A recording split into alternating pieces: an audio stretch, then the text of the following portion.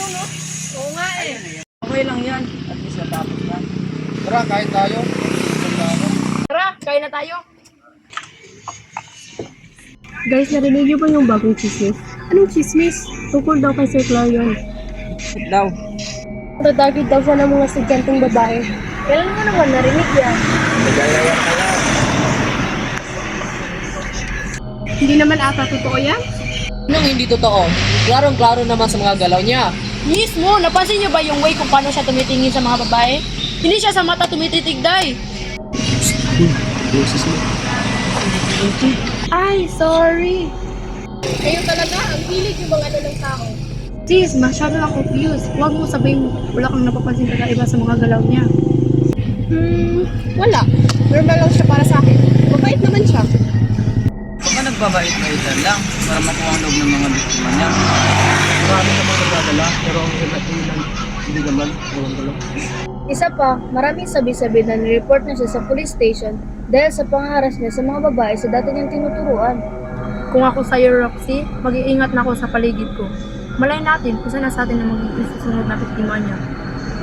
Uy, Jamel, hindi na yan magandang biro ah. Hindi ako nagbibiro, Carl. Ay naku, ewan ko sa inyo. Overthinker kayo masyado.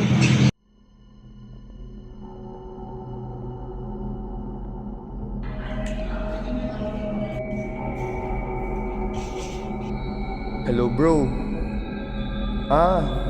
Yeah. I like Roxanne so much, bro. Yeah, mas maganda siya kaysa Monica. Tapos, yung innocent niyang mukha. She's so young and plump, bro. My God. I can't wait to get my hand on her teenage body and mess it up around. Oh my God.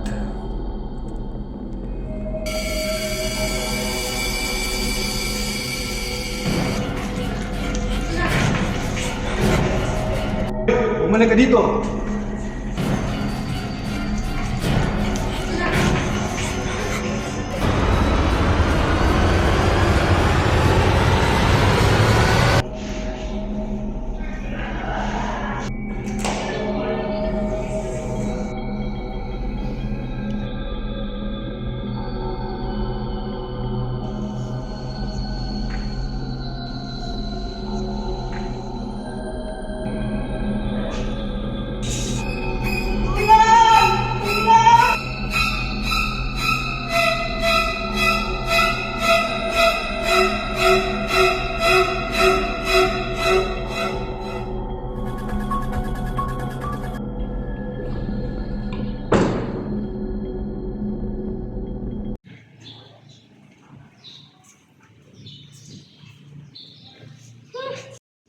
Ang baho naman dito. Oo nga no, asan ba yung janitor? Kuya, pakicheck naman po yung CR. Ang baho po kasi. Hey, ano sa tangat? Teka nga, tignan mo kung ano ang nasa loob.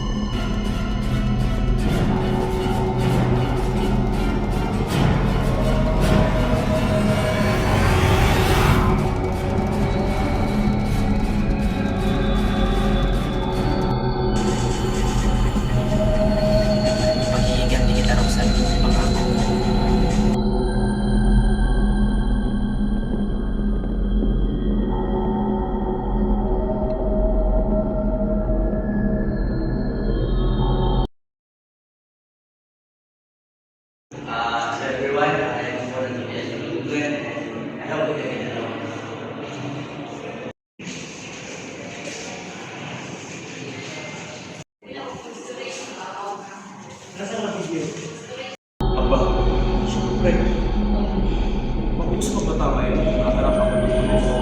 Hindi nila malaman na ako ang pumatay ni Roxanne.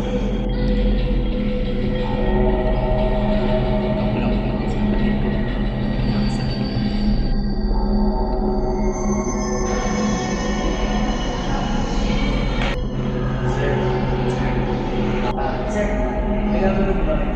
Wala, iyo, bakit? Kahit may sipon, sir, hindi ko lang. Ako, huwag na, iyo. Sige na, sir. Parehas naman tayo ng direksyon. Sige, babahala, sir.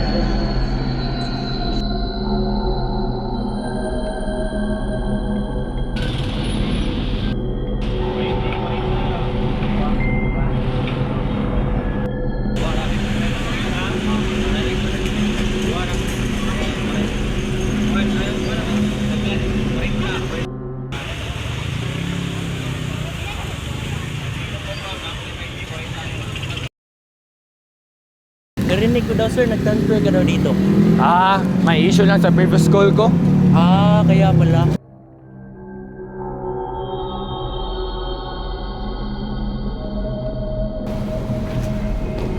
Ang tahimik dito, no? Oo nga, sir. Kung may nangyaring krimen dito, wala talaga magkakatulos biktima.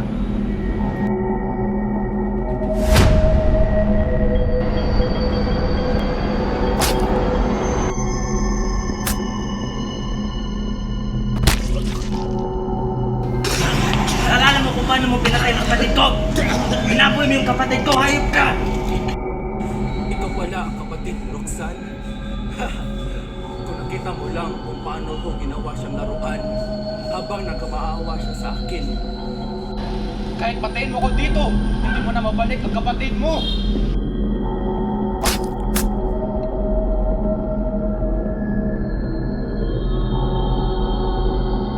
Hindi ko nga mababalik ang kapatid ko. Pero ngayon, alam mo na ang pakiramdam kung paano maging kawawa.